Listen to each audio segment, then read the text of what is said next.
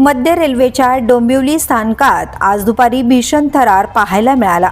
फलाट क्रमांक 5 वर असलेल्या विद्युत जनरेटरचा अचानक मोठा स्फोट झाला आणि संपूर्ण स्थानक परिसरात काही काळ घबराटीचे वातावरण निर्माण झाले। या घटनेनंतर तातडीने खबरदारीचा उपाय म्हणून फलाट क्रमांक 5 वरील जलद लोकल सेवा बंद करण्यात आली।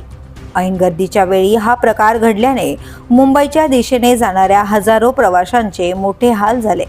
सेवा बंद झाल्यानंतर प्रवाशांनी इतर फलाटांकडे धाव घेतली। ट्रेन पकडण्यासाठी मोठी गर्दी आणि गोंधळाचे चित्र स्थानकात पाहायला मिळाले। रेल्वे प्रशासन आणि तांत्रिक पथकांनी घटनास्थळी धाव घेत परिस्थिती नियंत्रणात आणण्याचे काम सुरू केले। सुदैवाने या स्फोटात कोणतीही जीवितहानी झाल्याची माहिती समोर आलेली नाही। मात्र या घटनेमुळे डोंबिवली स्थानकातील सुरक्षेचा प्रश्न पुन्हा एकदा ऐरणीवर आलाय। द पोलीस न्यूजसाठी श्रीधर चव्हाण, डोंबिवली।